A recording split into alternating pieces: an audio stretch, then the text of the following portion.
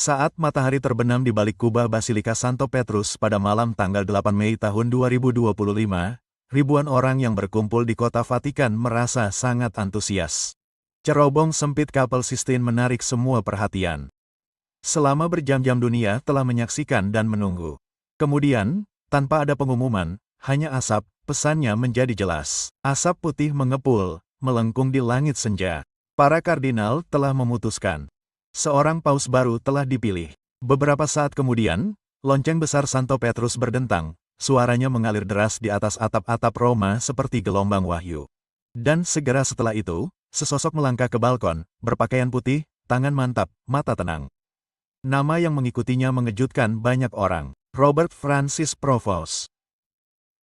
Seorang pria Amerika, misionaris dan sarjana, tak dikenal umum, namun dihormati gereja. Sejak saat itu, ia akan dipanggil Leo pertama ke-14. Lahir di Chicago, Illinois, tanggal 14 September tahun 1955, Robert Provoost dibesarkan di kota dengan komunitas Katolik dan tradisi imigran yang panjang. Ia dibesarkan di lingkungan kelas pekerja, putra dari keluarga taat yang mengutamakan iman, disiplin, dan pelayanan. Bahkan sebagai seorang anak, ia tertarik pada kesucian gereja yang tenang, terpikat oleh rasa misteri dan misi yang dibawanya. Panggilannya tidak muncul tiba-tiba, terungkap perlahan, seperti membalik halaman, dari tahun belajar, refleksi, dan penyerahan diri. Provoost, setelah bergabung Ordo Augustinian, yang menekankan kehidupan dan pengajaran komunal, melanjutkan pendidikan teologinya di Roma. Namun, di Peru, jauh dari kenyamanan gedung-gedung akademis dan jalan-jalan yang dikenal, identitas pastoralnya dibentuk. Selama puluhan tahun, ia hidup bersama kaum miskin dan terpinggirkan, melayani sebagai misionaris di daerah yang miskin dan kekurangan rohani. Di Peru Utara, ia lebih dari sekadar mengkhotbahkan Injil, ia mengamalkannya. Ia mengajar, menyembuhkan, mendengarkan, dan memimpin. Kemampuan bahasa Spanyol dan sensitivitas budayanya yang tinggi membangun kepercayaan abadi di komunitas yang gereja formal abaikan. Provoost diam-diam naik pangkat, integritasnya, bukan ambisinya, yang terkenal. Pada tahun 2014, ia diangkat menjadi Uskup Chiclayo, DOC di Peru Utara. Bukan pidato muluk, melainkan langkah kakinya bersama umat, kunjungan ke paroki, penghiburan keluarga berduka, dan pembelaan bagi kaum miskin yang membuatnya dikenal. Kepemimpinannya ditandai oleh kerendahan hati tetapi juga oleh keberanian. Ia tidak takut untuk menghadapi korupsi atau berbicara terus terang ketika kebenaran dibutuhkan. Tahun 2023, Paus Fransiskus memanggilnya kembali ke Roma sebagai prefek dikasteri uskup, posisi berpengaruh di Vatikan, mengakui bakatnya memimpin dan keseimbangan teologisnya. Sebagai kepala kantor yang bertanggung jawab untuk memilih para uskup di seluruh dunia, Provoost menjadi penjaga integritas pastoral. Keputusannya lebih menyukai gembala dekat umatnya, berlandaskan spiritual dan doktrin kuat, pelayan bukan tokoh politik. Provoost tetap rendah hati, walau perannya berpengaruh. Ia jarang memberikan wawancara dan jarang menjadi sorotan media. Kekuatannya terletak pada kebijaksanaan dan doa yang mendalam, semakin menonjol saat gereja memasuki masa transisi pasca wafatnya Paus Fransiskus. Ketika konklav dimulai, namanya tidak termasuk yang paling sering disebut oleh para jurnalis. Namun di balik dinding Kapelcin, tempat masa depan gereja diputuskan melalui doa, keheningan, dan musyawarah, namanya mulai bergema dengan semakin jelas. Bagi banyak kardinal, Provoost mewakili kesinambungan tanpa kekakuan, seseorang yang dapat menegakkan reformasi Paus Fransiskus sambil memulihkan rasa kedalaman spiritual dan kejelasan moral pada kepausan. Latar belakangnya di Amerika tidak sepenting pengalaman globalnya. Ia tinggal jauh dari pusat kekuasaan, mengabdi di tempat iman diuji, kemiskinan, ketidakadilan, keputusasaan spiritual. Ketika ia muncul di balkon St. Peter, ada momen kekaguman kolektif. Leo pertama 14, nama yang tak terpakai berabad-abad. Pilihan itu bukan kebetulan. Paus terakhir yang menyandang nama itu, Leo Roman XIII, adalah seorang reformis dan filsuf, seorang pria yang berusaha menjembatani tradisi dan modernitas, yang membela hak-hak pekerja sambil menyerukan gereja untuk pembaruan intelektual. Dengan nama Leo Roman XIV, Provoost ingin melanjutkan semangat yang sama, kesetiaan pada doktrin, dialog terbuka, dan kepedulian mendalam pada jiwa manusia. Dari kata-kata pertamanya, jelas bahwa ini akan menjadi kepausan yang dibentuk bukan oleh tontonan tetapi lebih oleh substansi. Ia tidak memulai dengan deklarasi yang berani. Sebaliknya, ia meminta doa. Ia membungkuk. Saat itu, masa tak melihat penguasa. Mereka melihat seorang gembala. Seorang pria yang telah menghabiskan hidupnya dalam pelayanan, sekarang dipanggil untuk melayani dalam peran terbesar dari semuanya. Dunia memperhatikannya. Bukan hanya sejarahnya sebagai Paus Amerika pertama, Leo ke-13, tetapi juga representasi otoritas tenang, kebijaksanaan pastoral, dan misi mendalamnya yang patut dihargai. Pemilihannya bagi banyak umat Katolik, di wilayah berkembang yang menghadapi tantangan serius, merupakan takdir, bukan sekadar simbolis. Seorang paus dari Amerika yang memahami rasa sakit dari pinggiran, pentingnya mendengarkan, dan kekuatan kekudusan yang tenang. Terlepas berita utama dan sejarah, Leo Roman XIV tetap berlandaskan kuat. Ia menyebut kepausan bukan tahta, melainkan salib, bukan kekuasaan, melainkan tanggung jawab. Visinya bagi gereja berakar pada kitab suci yang ditempa dalam wadah kehidupan misionaris dan disempurnakan oleh bertahun-tahun penegasan di jantung Vatikan. Perjalanan ke depan tak mudah, namun gereja telah menemukan pemimpin yang setia melangkah bersama doa, kesabaran, dan tangan teguh. Hari-hari pertama kepausan baru selalu kental dengan simbolisme. Setiap gerak tubuh, setiap kata, setiap keheningan ditafsirkan melalui lensa sejarah dan ekspektasi. Paus Leo ke-13 tak perlu tergesa mendefinisikan pemerintahannya dengan pernyataan berani. Sebaliknya, ia memilih untuk memulai dengan tenang, sesuai dengan kehidupan yang selalu dijalaninya. Di Istana Apostolik, pria sederhana membongkar sedikit barang di balik koridor marmer. Sebuah buku doa yang sudah usang, sebuah rosario yang telah melewati tangannya ribuan kali, dan koleksi surat-surat tulisan tangan dari masa-masanya di Peru, catatan-catatan dari umat paroki, anak-anak sekolah, dan pemimpin awam, pengingat-pengingat gereja yang membentuknya jauh dari kemegahan Roma. Mantan penduduk Jalan Tanah Chicleo kini berjalan di Aula Vatikan yang berkilau. Namun langkahnya tidak berubah. Posturnya tetap membungkuk dalam doa. Di dalam Doma Sancti Mari, wisma tamu Vatikan tempat ia memilih untuk terus tinggal alih-alih pindah ke apartemen kepausan. Ia melanjutkan ritme paginya. Ia bangun jauh sebelum fajar, bukan untuk persiapan pidato atau laporan diplomatik, melainkan berdoa di kapel kecil, cahaya lilin berkelap-kelip, keheningan menyelimuti. Paus baru akan berlutut di sana, bukan figur publik, melainkan putra gereja yang mempercayakan beban berat di pundaknya kepada Tuhan, yang dilayaninya seumur hidup. Mereka yang bertemu di awal, menyebutnya berwibawa, bukan karena lantang, melainkan tenang. Suaranya lembut namun berwibawa, membuat pendengar berhenti. Matanya, meskipun lelah, penuh perhatian. Ia lebih banyak mendengar daripada bicara di Vatikan. Ia mengajukan pertanyaan yang tidak diharapkan siapapun. Bukan soal administrasi atau statistik, melainkan orang-orang, Deus yang terlupakan, pembentukan seminari di wilayah perang, serta kedekatan gereja pada yang terluka, miskin, dan tak terlihat. Bukan kepala negara atau pemimpin dunia, melainkan peziarah difabel Amerika Latin yang ia temui pertama kali secara pribadi. Ketika ia melangkah masuk ke ruangan, ia tidak naik ke podium. Berlutut di samping anak laki-laki itu, ia meletakkan tangan di bahunya, tersenyum. Tidak ada foto yang diambil. Tidak ada berita utama yang muncul. Namun bagi yang hadir, momen itu berkata segalanya.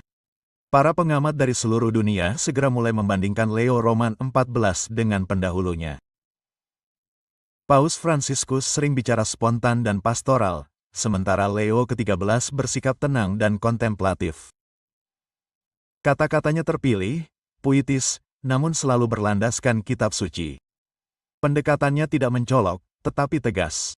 Ia menginspirasi bukan lewat hal baru, melainkan kedalaman. Pilihan pesan publik pertamanya menentukan nadanya.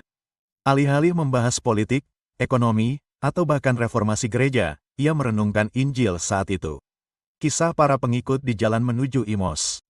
Dua pengikut, berduka, tak tahu apa yang terjadi selanjutnya, hingga seorang asing bergabung, membuka kitab suci dan hati mereka. Bagi Leo, kisah ini bukan hanya alkitabiah, tetapi juga profetik. Gereja, katanya, sedang berjalan melalui momen tikus, kehilangan arah, terpecah, terbebani oleh skandal, kebingungan, dan kelelahan. Namun, jawabannya, Tegasnya, bukanlah dalam strategi atau slogan, melainkan dalam berjalan bersama Kristus lagi. Dalam menemukan kembali kitab suci, dalam memecahkan roti bersama, dalam membiarkan api iman dinyalakan kembali bukan dengan paksaan tetapi melalui perjumpaan. Pesan ini bergema dalam. Di seluruh benua, uskup dan umat awam mendengar seruannya, kembali pada hal-hal esensial, doa, kitab suci, sakramen, keheningan, dan pelayanan, bukan sebagai idealisme nostalgia, melainkan realitas hidup. Namun, di balik kejernihan spiritualnya, ia memahami tantangan dunia modern. Leo Roman XIV mengenal kerumitan. Sebagai prefek dikasteri uskup, ia menyaksikan polarisasi internal dan eksternal gereja mengancam teologi, menjadi ideologi, dan pemuridan, menjadi perpecahan. Diam-diam, ia menunjuk pemimpin yang mampu mengatasi faksionalisme, membangun jembatan tanpa mengorbankan kebenaran. Sebagai paus, ia melanjutkan visi tersebut. Persatuan tak mudah dicapai, namun dapat dikejar dengan setia. Gereja bukan benteng atau medan perang. Dalam kata-katanya sendiri, gereja tidak dipanggil untuk menjadi benteng atau medan perang. Gereja dipanggil untuk menjadi rumah, tempat pertobatan, keberanian, dan persekutuan. Bagi banyak orang, keseimbangan inilah yang membuat kepemimpinan Leo XIV begitu menarik. Ia tak naif menghadapi ancaman gereja, sekularisme, pelecehan, skandal, atau kebingungan doktrinal. Namun, dia juga tidak sinis. Dia percaya pada kekuatan kasih karunia yang abadi. Ia percaya pembaruan gereja yang dirindukan datang bukan dari perebutan kekuasaan, melainkan kekudusan. Setelah terpilih, ia bertemu teolog, misionaris, dan pemimpin awam dari wilayah dunia yang kerap luput dari perencanaan gereja.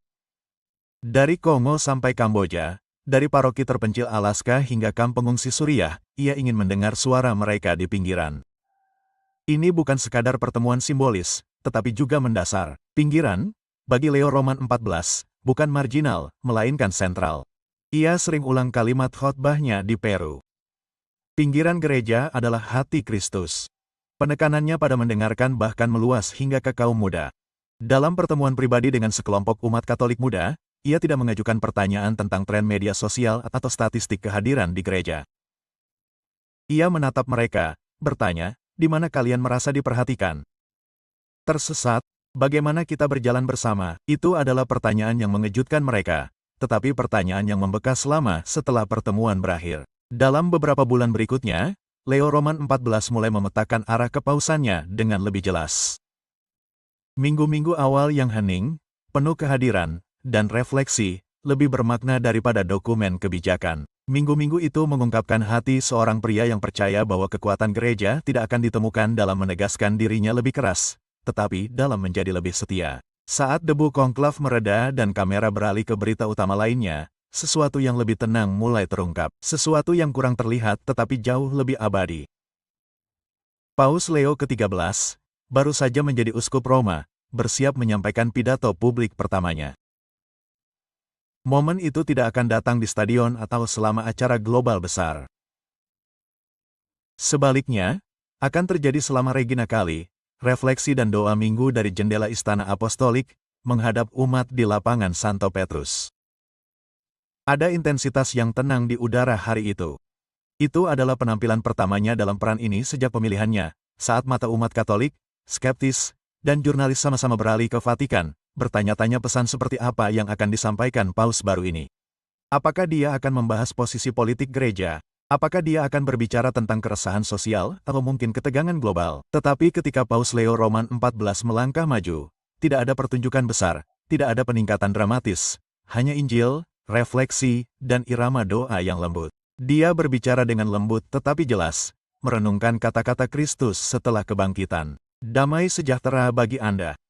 Bagi Leo Roman XIV, kata-kata ini bukanlah salam yang sopan. Itu adalah sebuah misi. Dia menjelaskan bahwa perdamaian sejati tidak dapat dibuat oleh pemerintah, ditegakkan oleh hukum, atau dibeli dengan kenyamanan. Buah rekonsiliasi, kerendahan hati, belas kasih tak layak pun diberi. Jika gereja bukan tempat perdamaian, katanya, maka itu belum menjadi gereja Kristus yang bangkit. Dalam beberapa menit, ia telah memberi penyegaran rohani tanpa menyebut kontroversi atau peristiwa politik. Ia meminta gereja tak menarik diri, melainkan kembali dengan sikap berbeda. Bukan pembela ideologi, melainkan saksi belas kasih, penyembuh, bukan hakim. Nada ini mulai mendefinisikan kepausannya sejak awal. Ia melihat gereja bukan sebagai lembaga yang sedang dalam krisis, tetapi sebagai keluarga yang membutuhkan penyembuhan, dan penyembuhan, ia tahu, akan membutuhkan waktu. Itu akan membutuhkan kebenaran yang diucapkan dengan kasih. Diperlukan uskup pendengar, paroki penerima, keluarga yang saling memaafkan. Pidato pertama itu tidak diisi dengan perintah. Itu adalah undangan. Undangan Injil datangnya tenang, seperti yang lain. Namun dengan beban penuh surga di belakangnya. Pada hari-hari berikutnya, riak-riak kata-katanya mulai menyebar ke seluruh dioses dan ordo-ordo religius. Nada pastoralnya bergema. Uskup Asia Tenggara menyebut pesan itu cermin hati nurani kita. Seorang misionaris di Angola menyebutnya panggilan untuk memulai lagi. Di daerah dengan Katolikisme yang mereda, media memperhatikan, bukan karena ucapan kontroversial, melainkan keheningannya. Dunia ini mementingkan provokasi, tetapi pengendalian dirinya revolusioner. Tetapi itu tidak berarti ia menghindari kebenaran yang sulit. Dengan Kuria Roma, Paus Leo ke-13 bertukar kata dengan sangat jelas setelah pidato pertamanya. Ia mengingatkan, pelayanan gereja bukan hak istimewa, melainkan tanggung jawab, gelar tak berarti di mata Tuhan. Kredibilitas itu tidak dibangun melalui strategi, tetapi melalui kekudusan pribadi dan transparansi kelembagaan. Mereka yang hadir menggambarkan pertemuan itu bukan sebagai sesuatu yang keras tetapi sangat meyakinkan. Ia berbicara bukan untuk mempermalukan tetapi untuk membangkitkan. Ia melanjutkan pola ini dalam setiap situasi. Ia hindari ekstrim di setiap audiensi dan pidatonya. Ia condong ke atas, bukannya ke samping. Kata-katanya, seperti tulisan para bapak gereja awal, jelas, tegas, namun tak kejam. Ia sering mengutip Santo Agustinus, mengingatkan umat beriman bahwa kebenaran itu seperti singa. Anda tidak perlu mempertahankannya. Biarkan saja, ia akan mempertahankan dirinya sendiri. Ia juga mengutip Bunda Teresa dan Paus Yohanes Paulus II. Menjalin jalinan tradisi yang terasa berakar dan relevan. Kunjungan Paus ke komunitas pengungsi di luar Roma sebagai perjalanan kerasulan pertamanya mengejutkan beberapa pengamat. Banyak yang mengharapkan tur global. Sebuah perjalanan simbolis ke negara Katolik terkemuka. Leo Roman XIV memilih memulai dari yang terlupakan. Ia mengunjungi pusat sederhana yang dikelola biarawati dan relawan, merawat keluarga pengungsi dari Afrika Utara dan Timur Tengah. Tidak ada konferensi pers, tidak ada rombongan diplomatik. Ia datang tenang, duduk bersama ibu-ibu penggendong bayi, mendengarkan remaja kehilangan orang tua di laut, dan berdoa bersama pria-pria tak berumah. Ia menjawab, Kristus tinggal di sini, saat ditanya alasannya. Batas tak berarti penyimpangan tanggung jawab kepausan baginya. Itu adalah jalan itu sendiri. Ia melihat setiap manusia bukan sebagai kategori, tetapi sebagai cerminan Tuhan. Itulah keyakinan yang mengubah pandangan orang tentangnya, bukan sebagai kepala gereja global saja, melainkan saksi sesuatu yang lebih dalam. Media Katolik menyebut kepausannya revolusi lambat, perubahan diam-diam menuju kekudusan, kejelasan, dan kedalaman. Ia tak membongkar, tak pula berpegang tradisi karena takut. Ia menjalaninya. Seorang teolog berkata, Leo Roman XIV tak berteriak. Ia setuju. Seiring waktu, Leo Roman XIV mengumpulkan tim penasihat spiritual, bukan selebriti atau politisi, namun pria dan wanita berpengalaman puluhan tahun dalam kehidupan monastik, misi, dan doa kontemplatif. Dia sering mengundang mereka untuk makan malam bersamanya di lingkungan yang sederhana, menanyakan pendapat mereka tentang bagaimana gereja dapat menjadi lebih ekaristi, tidak hanya dalam liturgi, tetapi juga dalam gaya hidup. Jika tindakan kita sehari-hari seperti kerendahan hati tuan rumah, pemikiran seperti inilah yang perlahan mulai membentuk suasana baru di dalam Vatikan. Sedikit tontonan, lebih hening, sedikit bising, lebih bijak. Dunia terus berputar, krisis terus meningkat, tetapi di jantung kota Roma, sesuatu yang lebih stabil sedang berakar. Harapan, bukan berita utama, jadi kepemimpinan.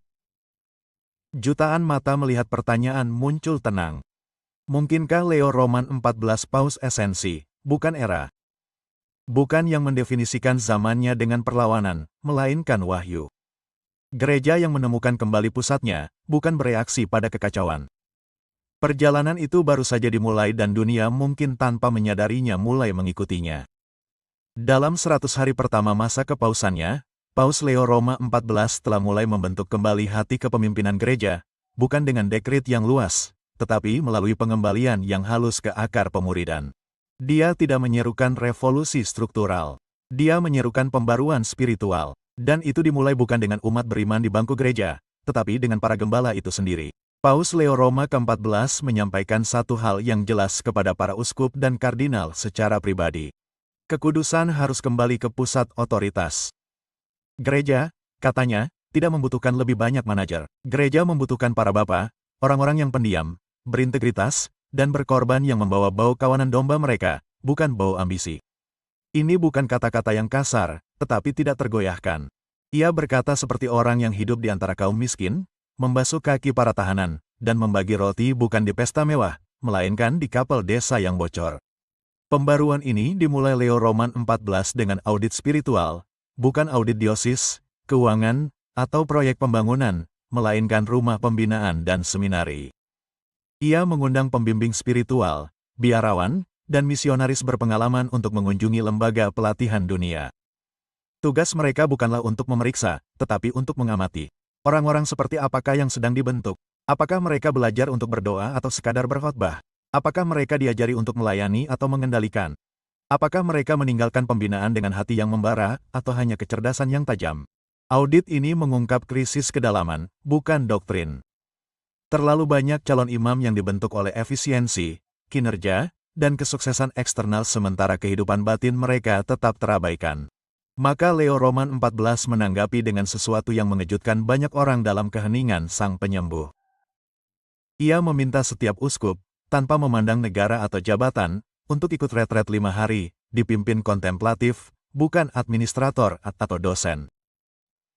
Retretnya tak fokus pada tata gereja, bicara umum, atau hukum kanon. Itu akan berfokus pada Injil, pada doa, pada hati seorang pria yang harus menjadi gembala bukan sistem tetapi jiwa. Responsnya beragam. Beberapa menyambutnya dengan rasa terima kasih. Yang lain menganggapnya mengganggu, namun tak terabaikan. Leo Roman XIV tidak mencari popularitas. Dia mencari pemurnian. Dalam satu retret yang diadakan di biara Benediktin terpencil di Austria, sekelompok uskup dipandu melalui meditasi tentang luka-luka Kristus. Tidak seorang pun berbicara selama makan. Ponsel tertinggal. Tidak ada akses ke berita atau email. Hanya kitab suci, keheningan, dan suara nyanyian Gregorian yang mengalir melalui aula batu kuno. Pengalaman itu, pengupasan paling menyakitkan, namun perlu, yang pernah dialaminya, kata seorang uskup agung. Saya telah lupa, dia mengakui, bagaimana cara bersama Kristus tanpa tampil untuknya. Itulah yang diharapkan Paus Leo Roman XIV akan terjadi. Kejelasan, bukan rasa bersalah, kebangkitan spiritual, bukan aib institusi. Dia mengerti bahwa pembaruan gereja tidak akan pernah bisa dimulai dengan kebijakan saja. Itu harus dimulai dengan pria dan wanita yang hatinya telah dimasuki kembali dalam eukarisma disalib dalam kasih Kristus yang tidak mencari pujian tetapi hanya mencari untuk membalas kasih. Pendekatannya melampaui para pendeta. Leo ke-13 secara diam-diam mengimbau komunitas religius memeriksa karisma mereka dengan jujur, bukan curiga. Apakah mereka masih menghasilkan buah? Visi pendirian mereka, masih hidup atau sekadar arsip? Kepada biarawati di Spanyol Utara, ia menulis surat pribadi berterima kasih atas komitmen mereka pada doa dan keheningan. Dalam dunia pertunjukan, ia menulis, ketersembunyianmu berbicara paling keras. Jangan tergoda untuk menjadi lebih terlihat. Jadilah lebih setia. Jenis gerakan seperti ini, sederhana, tulus, dan kaya secara teologis, menjadi ciri khas kepemimpinannya. Ia tidak tertarik untuk memusatkan kekuasaan. Ia tertarik untuk mendistribusikan kembali kekudusan. Pusat gereja baginya bukanlah Vatikan, melainkan tabernakel. Dimanapun Kristus hadir, disembah, dan diikuti, disitulah pusatnya. Untuk visi ini, proyek tikus diluncurkan Leo secara diam-diam. Proyek ini tidak diumumkan dalam konferensi pers. Proyek ini tidak memiliki kampanye media sosial. Sebaliknya, dimulai dengan undangan tulisan tangan kepada para pemimpin spiritual lintas benua, pria dan wanita dikenal setia, bukan karena popularitas. Masing-masing diberi pertanyaan, bantu yang putus asa, Bagaimana caranya, gereja? Jawaban yang mereka dapatkan membentuk mosaik kesaksian. Dari pertapa di dataran tinggi Skotlandia hingga katekis di hutan Papua Nugini, mereka bicara soal pendampingan, bukan strategi. Mereka tulis tentang ayah ibu spiritual, antrean pengakuan dosa yang panjang saat hati didengar, komunitas terlahir kembali bukan dari dana, melainkan syafaat. Refleksi Leo, dokumen unik, beda dari publikasi gereja terbaru. Dokumen ini bukanlah tesis teologis atau klarifikasi dogmatis. Dokumen ini lebih seperti peta spiritual, kumpulan kesaksian, doa, dan bimbingan bagi dunia yang lelah dengan kebisingan. Ia menyebutnya dalam Camino con Cristo, berjalan bersama Kristus. Ia meminta agar bacaan itu dibacakan di komunitas paroki, kelompok kecil, bahkan penjara, bukan dipelajari akademis, melainkan dibagikan dengan penuh doa, bukan melalui uskup atau konferensi. Sebuah petikan yang dibacakan di dunia dalam puluhan bahasa, tampaknya merangkum visinya dalam satu baris. Gereja akan bersinar, bukan saat membela diri keras, tapi saat berlutut lebih rendah. Sikap ini mulai mengubah cara umat Katolik baik di dalam maupun di luar gereja memandang kepausan. Leo tidak sedang menggelar aksi kembalinya kekristenan. Ia tidak sedang menghidupkan kembali zaman kemasan. Ia melangkah ke masa kini dengan tangan terbuka, kepala tertunduk, dan mata tertuju pada yang tersalib. Dan bagi banyak orang, itulah kepemimpinan yang dibutuhkan dunia. Di keuskupan dari Manila hingga Madrid, para uskup mulai menyelenggarakan versi lokal dari retret yang didorong oleh Bapa Suci. Para seminaris muda diberi akses tidak hanya ke ceramah, tetapi juga ke mentor spiritual. Panggilan tidak lagi diukur hanya dari jumlah pendaftaran, tetapi dari kedalaman karakter. Langkah lambat ini dikhawatirkan merugikan momentum gereja. Leo mengingatkan, Kristus membangun gereja atas iman Petrus, bukan efisiensinya. Dunia yang diwarisi Paus Leo Roman XIV tidak lagi dibentuk hanya oleh buku, mimbar, dan alun-alun kota. Dunia tercipta dari algoritma, tren, dan layar 24 jam yang selalu menyala. Dari Roma ke Rio, Manila ke Montreal, perhatian manusia adalah mata uang baru. Dan dalam lanskap ini, suara gereja berisiko tenggelam bukan oleh penganiayaan, tetapi oleh gangguan. Kenyataan ini tak membuat Leo Roman XIV takut atau mundur. Sebaliknya, ia memilih untuk mendengarkan dan belajar. Salah satu tanda awal pendekatannya datang secara diam-diam melalui keputusan sederhana. Ia melarang Vatikan menggunakan slogan atau jargon pemasaran modern untuk kepausannya. Tak ada tagar, tak ada desain logo yang bombastis. Alasannya jelas. Injil tidak membutuhkan kemasan, Injil membutuhkan kehadiran. Ia tahu, kehadiran harus tetap masuk ritme digital keseharian. Maka ia mulai mengumpulkan bukan konsultan, tetapi misionaris, pria dan wanita yang memahami dunia layar, tetapi juga hidup dalam keheningan dan doa. Mereka bukanlah orang yang berpengaruh, mereka adalah pelayan. Beberapa mengelola saluran YouTube Katolik kecil. Yang lain membuat film pendek tentang kehidupan orang-orang kudus. Seorang biarawati menulis renungan di Instagram dari dalam biara.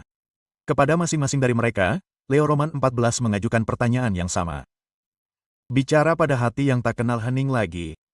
Yang muncul bukanlah sebuah kampanye tetapi sebuah filosofi. Gereja harus memasuki dunia digital bukan sebagai konsumen tren tetapi sebagai saksi kebenaran. Tujuannya bukanlah untuk menjadi viral tetapi untuk menyelami lebih dalam. Paus tahu algoritma butuh emosi dan urgensi, jiwa berubah karena kasih karunia, bukan hiruk-pikuk. Uskup didorong berinvestasi pada anak muda Katolik kreatif, untuk penginjilan, bukan hiburan, menanam, bukan sekadar tampil. Uskup Ghana pakai dewan ini untuk danai studio lokal, para seminaris buat video doa pendek dalam bahasa daerah. Proyek podcast Injil Remaja di Polandia, direkam di perpustakaan sekolah mereka dengan mikrofon pinjaman, oleh seorang dokter. Tak ada yang glamor. Leo Roman XIV percaya benih sesawi yang ditanam diam-diam akan berbuah nanti. Visinya tidak berhenti pada pembuatan konten. Minta setiap paroki hargai pintu digitalnya sebagai ruang suci. Siaran langsung atau laman utama jadi pertemuan pertama dengan gereja. Petik 2, harusnya terasa undangan ke sesuatu yang suci, bukan sekadar papan pengumuman, katanya. Ia menegaskan bahwa situs web harus sederhana, indah, dan berfokus pada pertemuan.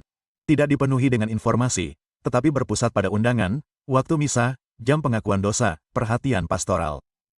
Dunia serba instan, ia menantang media Katolik untuk lebih pelan.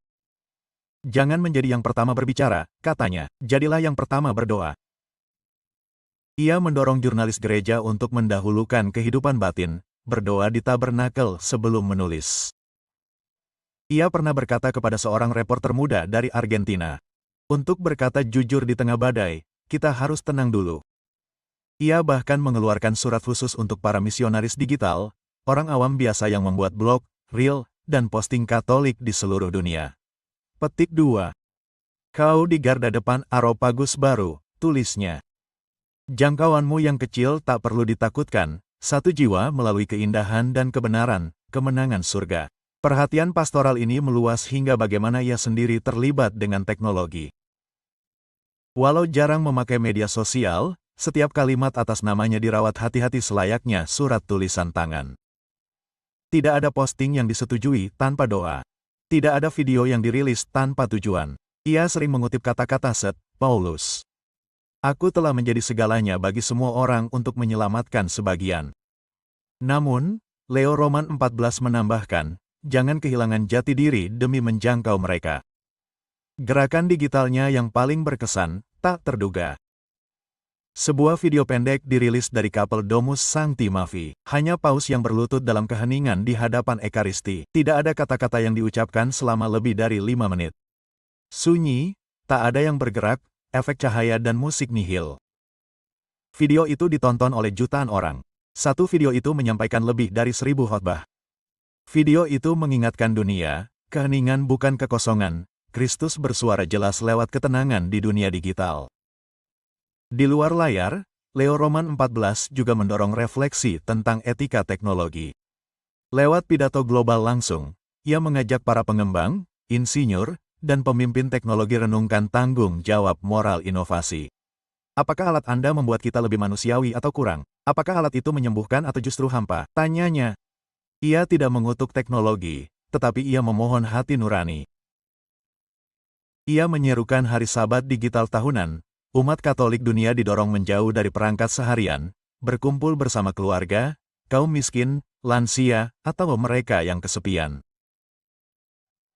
Itu bukan aturan, tetapi ritme dan tindakan perlawanan spiritual terhadap budaya kebisingan yang konstan. Dalam ensikliknya tentang penginjilan dunia modern, Lux Silenti, Cahaya Keheningan, ia menulis, dunia penuh suara, minim visi.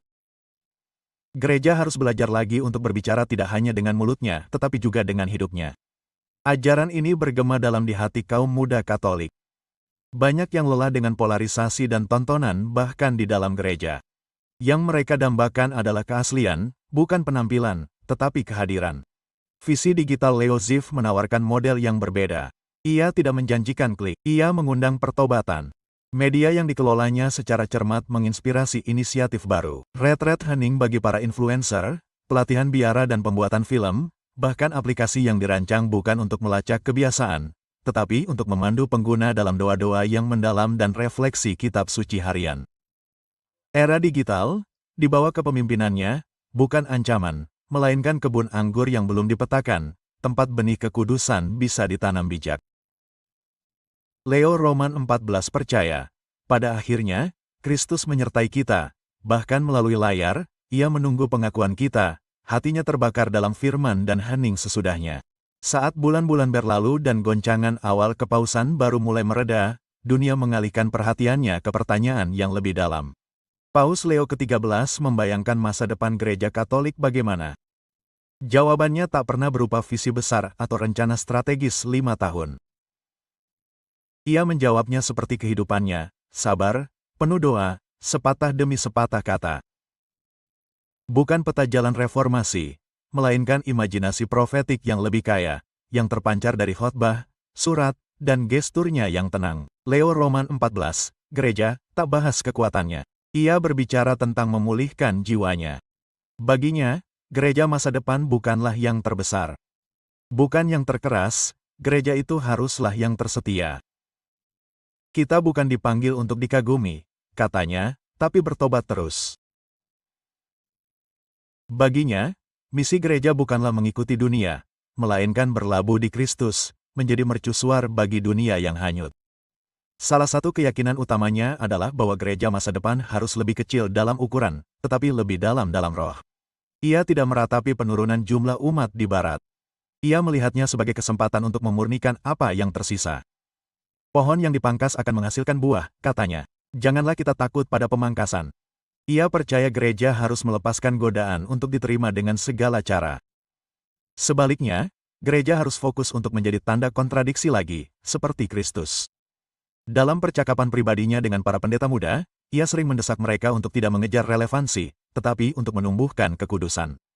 Dunia tidak membutuhkan pendapat lain, katanya kepada mereka. Dunia membutuhkan saksi. Pandangannya tentang masa depan ditandai oleh 3 tema. Pembaruan batin, persekutuan gerejawi, dan kesederhanaan misionaris. Pembaruan batin berarti bahwa setiap umat Katolik yang dibaptis harus serius tentang transformasi pribadi.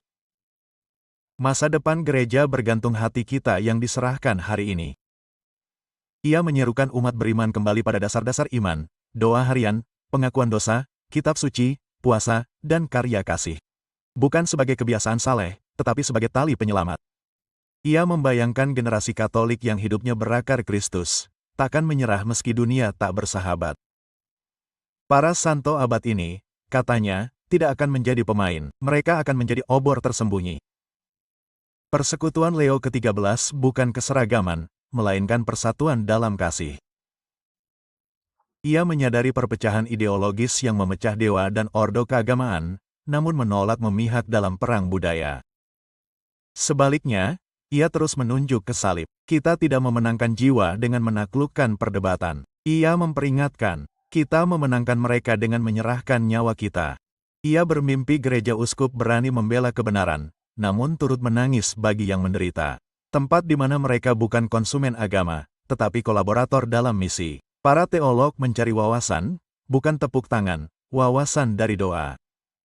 Bukan gedung acara, melainkan sanktuari pemujaan dan penyembuhan di paroki. Masa depan gereja, baginya, bukan birokrasi, melainkan ayah rohani. Struktur gereja, katanya, hanya akan berarti jika melindungi kasih karunia. Jika tidak, maka itu hanya akan menjadi kebisingan. Ia mendorong penyederhanaan untuk mengurangi jabatan berlebih, dan menghilangkan posisi yang mementingkan lembaga ketimbang jiwa. Saat bertemu uskup yang kelelahan, ia berkata lembut, umatmu butuh gembala, bukan CEO. Jenguklah yang sakit, tutup lembar kerjamu. Kesederhanaan misionaris, pilar ketiga dari visinya, mungkin yang paling radikal. Leo Roman 14 memimpikannya sebuah gereja yang dapat bergerak dengan ringan tanpa terbebani oleh gengsi, bebas untuk pergi kemanapun roh menuntun. Ia mengingatkan para pendeta bahwa para rasul pertama tidak membawa kantong emas, tidak ada polis, tidak ada rencana, hanya sandal, kitab suci, dan api di hati mereka. Di dunia yang terjerat dalam sistem, ia percaya hal paling kuat yang dapat ditawarkan gereja adalah komunitas yang hidup secara berbeda. Bukan kekayaan, ketenaran, teknologi, melainkan cinta sejati. Cinta yang membasuh kaki, mengunjungi narapidana, mengadopsi anak terlantar. Yang berjalan bersama yang ragu, tak perlu diperbaiki. Baginya, pekerjaan misionaris bukan lagi tentang menaklukkan benua, melainkan tentang membawa cahaya ke dalam ruangan terkecil. Tidak ada sudut, bisiknya suatu kali selama adorasi Ekaristi, tempat Kristus tidak ingin tinggal, tetapi ia menunggu kita untuk membawanya ke sana. Ia tahu penganiayaan berkembang bukan dari kekerasan, melainkan ejekan dan ketidakpedulian. Namun, ia tidak pernah mendorong rasa takut. Sebaliknya, ia menunjuk gereja mula-mula, berkata, mereka tanpa katedral, tanpa perlindungan hukum, namun memiliki sukacita. Sukacita itu mengubah dunia, sukacita itu harus kembali. Untuk masa depan itu, Leo Roman 14 menyeru gereja global mengingat keindahan, bukan sebagai kemewahan, melainkan kebutuhan. Bahkan paroki sederhana harus berusaha menghormati, liturgi bukan pertunjukan, musik sakral mengangkat jiwa. Iman tak bernyanyi, katanya, lupa akan kasih Tuhan. Dengan tenang, ia memperingatkan bahaya iman yang sekadar aktivisme atau moralisme. Misi umat Katolik, ingatnya, bukan memperbaiki dunia, melainkan mencintainya dengan hati Kristus. Keberanian kita, Ekaristi, hancur, dipersembahkan, nyata. Gereja masa depan dibangun keintiman dengan Tuhan, dipimpin orang kudus, bukan ahli strategi, tumbuh bukan paksaan, melainkan api, komunitas kecil berkobar kebenaran dan kasih. Injil bagaikan lentera yang menerangi kegelapan. Dalam tulisannya yang kurang dikenal sebelum terpilih, ia menulis, agar gereja bertahan di abad ini, ia harus belajar mengasihi lagi seperti pertama kali, bukan untuk menang atau mengesankan, namun untuk mengasihi dan disalibkan karenanya. Pada akhirnya, visi Paus Leo Ziv untuk gereja yang akan datang, gereja suci, bukan gereja berstatus, gereja hidup, bukan gereja yang dikagumi. Di tahun pertama kepausannya, Paus Leo pertama ke-14 diam-diam memicu gerakan kaum muda. Bukan lewat konferensi besar atau kampanye, melainkan keaslian. Di dunia yang diatur, dilakukan, dan disaring, ketulusannya bergema di tempat gereja dianggap tak relevan. Kata-katanya tak mencari tepuk tangan, melainkan bertanya. Kehadirannya tak menuntut perhatian, melainkan mengundang refleksi. Kaum muda, sering dianggap dangkal, mulai merespons. Mulai perlahan, mahasiswa Lisbon berdoa rosario mingguan, bukan karena disuruh, tapi karena tertarik pada keheningan yang Leo pertama ke-14 sering bicarakan. Seorang seminaris muda di Filipina mulai menulis surat kepada sesama mahasiswa, berbagi refleksinya tentang khotbah Paus. Ikon-ikon di Montreal dilukis seniman Katolik, terinspirasi seruan Paus akan keindahan tempat-tempat suci. Yang menghubungkan mereka bukanlah sebuah program, melainkan seseorang. Paus Leo pertama ke-14 telah menjadi seorang ayah yang pendiam bagi generasi yang mencari sesuatu yang tidak dapat diunduh. Kebenaran yang membutuhkan biaya. Dalam pidato intimnya, disampaikan bukan di balkon, melainkan dalam pertemuan tertutup dengan pemimpin muda sebenua, ia berbicara tanpa catatan. Anda bukanlah masa depan gereja. Ia berkata Anda adalah hatinya saat ini. Jika api tidak menyala dalam diri Anda, kita tidak akan memiliki hari esok. Ia tidak menutup-nutupi tantangan. Ia mengakui luka yang dialami banyak kaum muda Katolik akibat skandal, kemunafikan, budaya yang menawarkan segalanya, tanpa kepuasan. Namun, ia tidak menawarkan mereka hiburan, ia menawarkan mereka tujuan. Petik 2. Anda tidak diciptakan untuk hanyut, katanya, tetapi untuk berkobar. Api ini menyala kembali pertanyaan akan panggilan, bukan sekadar imamat atau kehidupan religius, melainkan kekudusan dalam segala bentuk. Seminari yang lama terbebani kemunduran dibanjiri pertanyaan baru. Meski tak banyak, surat-surat tulus itu mencerminkan perubahan. Para pelamar tak lagi mengincar pangkat, melainkan bertanya tentang doa, kehidupan tersembunyi, dan mencintai Kristus melebihi kesuksesan. Di biara-biara Italia dan Prancis, postulan kembali bermunculan, para wanita muda pendiam yang menemukan iman bukan lewat katekismus, melainkan menyaksikan Bapa Suci berlutut khusyuk di hadapan sakramen, rasa hormat yang lebih bermakna daripada dokumen. Seorang novis menulis dalam jurnalnya, saya melihat pria idaman, namun hatinya untuk Kristus, maka saya pun demikian. Paus Leo ke-14 tidak meluncurkan kampanye panggilan, melainkan menjalani panggilannya yang menular. Untuk mendukungnya, Paus menghidupkan model bimbingan rohani kuno. Ia meminta para uskup mengidentifikasi imam dan suster paling suci, bukan yang paling fasih, untuk menjadi mentor yang berjalan bersama kaum muda, bukan sekadar mengajar. Anda menunjukkan doa, bukan mengajarkannya, pesan Paus. Ia juga menghidupkan Lectio Divina, pembacaan kitab suci penuh doa, sebagai kebiasaan bagi mereka yang mencari jalan hidup. Paroki diminta menciptakan ruang tenang bagi kaum muda untuk membaca firman Tuhan bersama dalam keheningan, dengan lilin dan hati terbuka. Di sebuah dok Uganda, kaum muda beradorasi sepanjang malam secara bergantian. Tak ada unggahan atau siaran langsung, hanya doa dalam hening. Seorang imam yang hampir meninggalkan panggilannya, berkata, Anak-anak ini berlutut lebih lama, saya pun berpikir, alasan apa lagi? Leo ke-13 mendorong masyarakat kembali bercerita, bukan hiburan, tapi kesaksian. Ia mengumpulkan surat pendek dari anak muda yang menemukan panggilan tak terduga, menerbitkannya anonim di Buletin Vatikan, Voker.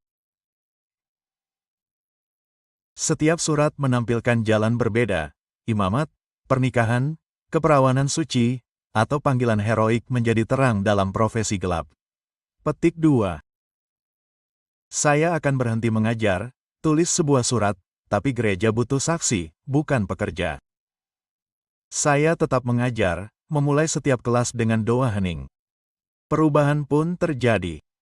Revolusi tujuan hening ini menyebar bukan lewat promosi, tapi kehadiran. Kelompok pemuda Katolik mulai mengintegrasikan liturgi jam-jam, retret mencakup keheningan terbimbing, antrean pengakuan dosa didorong keinginan, bukan kewajiban.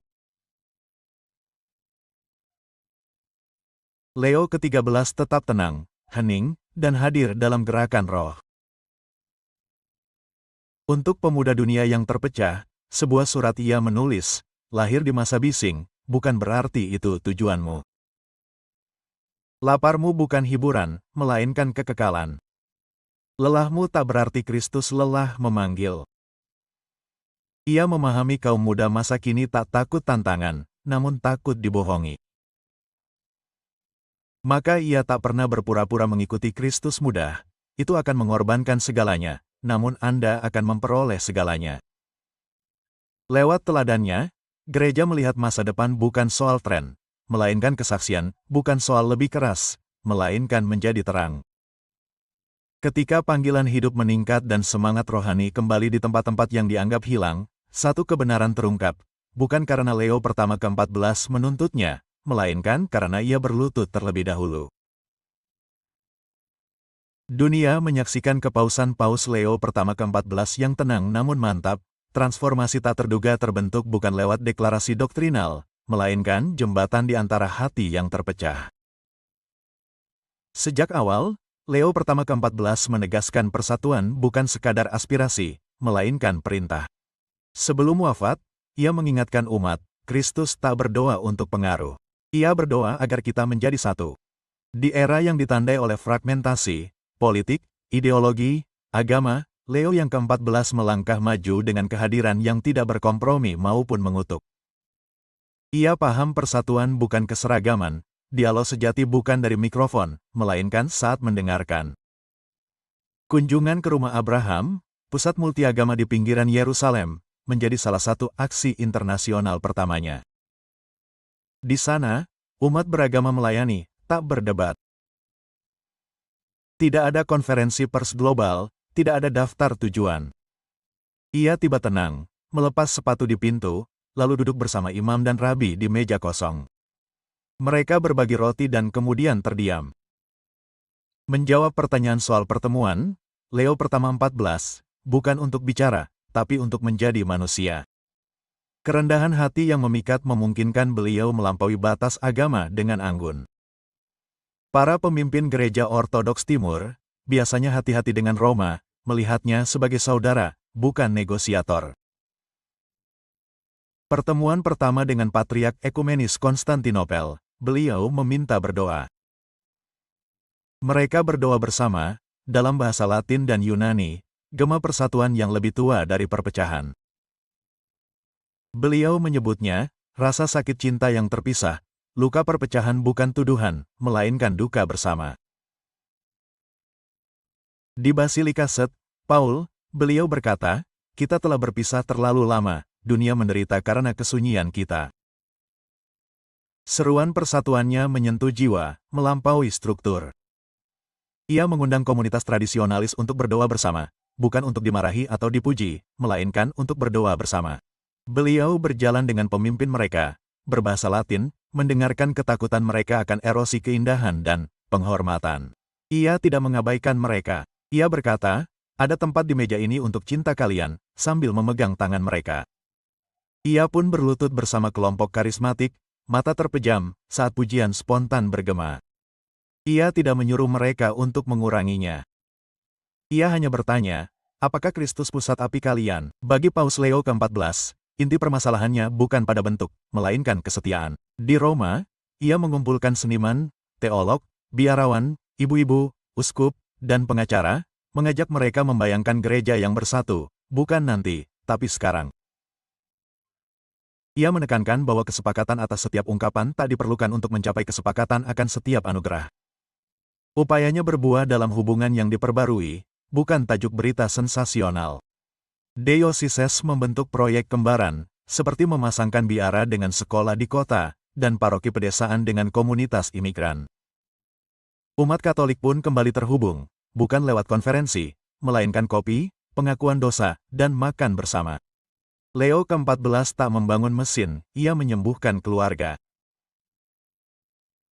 Menjawab pertanyaan soal perpecahan, ia beranalogi, rumah terbagi tak hancur karena tak sempurna, melainkan karena melupakan meja makan bersama. Tata kembali meja itu. Nyalakan lilin. Tunggu. Cinta selalu kembali. Ia juga memperluas semangat penyambutan ini melampaui batas-batas Kristen. Di Maroko, ia merenung di makam anak Muslim yang tewas perang.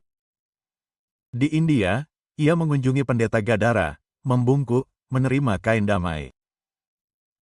Di Jepang, ia bertemu biksu Buddha di Gunung Hai, berbagi teh dan doa untuk harmoni. Setiap kali pesannya sama. Ibadah kita berbeda, namun kita semua diawasi orang miskin, yang terluka, dan anak-anak. Janganlah kita mengajari mereka keputusasaan. Ia memahami bahwa penginjilan di abad ke-21 bukanlah tentang memenangkan argumen. Ini tentang menjadi kredibel lagi. Dan kredibilitas, katanya, lahir dari cinta. Di Vatikan, ia merestrukturisasi Dewan Kepausan Dialog Antaragama, memimpinnya bukan diplomat, melainkan mereka yang berpengalaman dalam misi. Uskup yang kehilangan teman akibat kekerasan agama dan suster yang berpuluh tahun melayani komunitas non-Kristen, termasuk dalam pengangkatannya. Mereka bukanlah ahli teori, mereka adalah pembangun jembatan. Namun melalui itu Leo pertama ke-14 tidak pernah mengencerkan identitas gereja. Ia tak pernah minta maaf, tukar kebenarannya demi nyaman. Ia sering mengingatkan para pendengarnya, Injil tidak berubah, tetapi tangan yang membawanya harus dicuci lagi. Keseimbangannya yang teguh, kebenaran tanpa kesombongan, dialog tanpa kompromi, menjadi ciri kepemimpinannya di dunia. Di tengah amarah dan kecurigaan publik, ia memilih kelembutan, jalan sempit, pekerjaan cinta yang perlahan. Dunia pun memperhatikan. Media sekuler, dulunya sinis pada agama, menyebutnya keheningan moral di tengah kepanikan. Ateis muda yang menemukan pesannya daring menulis, bukan kisah pertobatan, melainkan rasa ingin tahu. Petik 2, saya belum percaya, tulis salah satu, tapi saya mulai mendengarkan. Inilah anugerahnya, bukan mengubah semua hati, melainkan memberi ruang bagi hati untuk kembali. Gereja pun bernapas, bukan dalam kemenangan, melainkan kelembutan. Napas itu mendalam, dan dunia bertanya, bukan apakah Paus Leo ke-13 akan mengubah gereja, melainkan apakah gerejanya, dibangun atas keheningan, pengorbanan, dan kasih karunia, akan mengubah dunia. Saat tahun kedua kepausannya dimulai, Paus Leo pertama ke-14 terus berjalan di jalan yang telah dipilihnya sejak hari pertama, bukan menuju tahta, tetapi menuju salib. Tidak ada barisan tepuk tangan, tidak ada momen-momen yang dipentaskan dengan hati-hati untuk membangun warisan.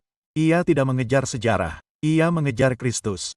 Dan perlahan-lahan, hampir tak terlihat, gereja mulai mengikutinya. Itu bukanlah revolusi panji-panji atau lembaga-lembaga. Suatu pembaruan batin yang tenang, penemuan kembali kesucian. Keheningan panjang paroki mulai terisi bukan dengan kebisingan, tetapi dengan doa. Seminari-seminari yang dulu meragukan misi mereka mendapati diri mereka dipenuhi bukan dengan kandidat tetapi dengan panggilan, bukan kerumunan, tetapi murid-murid. Tidak ada metrik untuk memetakan transformasi ini. Tidak ada berita utama yang dapat menggambarkannya. Tetapi itu nyata. Di pedesaan Vietnam, sekelompok umat Katolik muda membangun kembali kapel kayu yang hancur oleh badai tanpa dana, tanpa perhatian karena mereka telah menonton video Leo ke-14 berdoa dalam keheningan dan ingin menciptakan tempat seperti itu. Di Argentina, para tahanan mulai membaca homalnya dengan keras di sel, menandai tepi dengan pensil, Kata-katanya menyentuh hal mentah dan benar. Di Jerman, mantan ateis itu menyalakan lilin di katedral, membisikkan doa pertama kalinya dalam 20 tahun, bukan karena yakin, tapi karena ketenangan dirinya membuatnya ingin mencoba. Lebih dari pemimpin, pria berbaju putih. Kehadirannya, bukan kesempurnaan atau kekuatan, jadi tandanya. Dan mungkin inilah yang akan menentukan warisan Leo pertama ke-14. Dia tidak akan dikenang karena besarnya masanya atau keberanian dekritnya. Dia dikenang karena mengingatkan gereja, bukan untuk kesan. Gereja dimaksudkan untuk mencintai. Dia tidak pernah mengklaim memiliki semua jawaban. Bahkan, dia sering mengatakan kepada dunia, kita tidak butuh lebih banyak jawaban. Kita butuh lebih banyak kesetiaan. Melalui keyakinan sederhana itu, ia menarik jiwa bukan paksaan, melainkan kesetiaan. Ia berdiri dalam terang Petrus kuno, bukan menebarkan bayangan, melainkan mencerminkan yang memanggilnya. Gereja kini diambang, bukan era politik atau program teologi baru, melainkan kekudusan yang abadi. Leo pertama 14 tak meminta kita lebih lantang, melainkan lebih kecil, seperti biji sesawi, kembali pada keheningan yang lebih bermakna dari kerumunan. Gereja tak dibangun atas gerakan, melainkan martir, ibu, misionaris, dan biarawan, orang kudus pendiam yang doanya menopang dunia, walau namanya tak dikenal. Ia berkata, ujian sejati paus bukan yang ditinggalkan di batu, melainkan yang ditanam dalam jiwa. Dan dalam pengertian itu, kepausannya mungkin baru saja dimulai. Benih-benihnya tersebar di desa, kota, padang pasir, pulau, rumah sakit, dan biara. Di hati mereka yang mendengar bisikannya di atas hiruk-pikuk dunia, dalam kehidupan mereka yang kembali berlutut karena ia berlutut lebih dulu, benih itu akan tumbuh, bukan karena strategi, tetapi karena kesetiaan Tuhan. Jika Leo pertama 14 mengajarkan sesuatu pada gereja, itu adalah memberi ruang pada Tuhan, ia akan mengisinya, memilih diam, ia akan berbicara, memikul salib, ia akan memikul kita. Lonceng Santo Petrus masih berdentang, bukan untuk kemenangan manusia, tetapi belas kasihan abadi Sang Juru Selamat. Di balik jendela ruangan Vatikan sederhana, Paus berjubah putih mengakhiri hari bukan dengan tepuk tangan, melainkan doa. Bagi Leo pertama 14, bukan soal terlihat, melainkan setia. Dalam kesetiaan itu, gereja akan bangkit, bukan dalam kemuliaan, tetapi kasih karunia.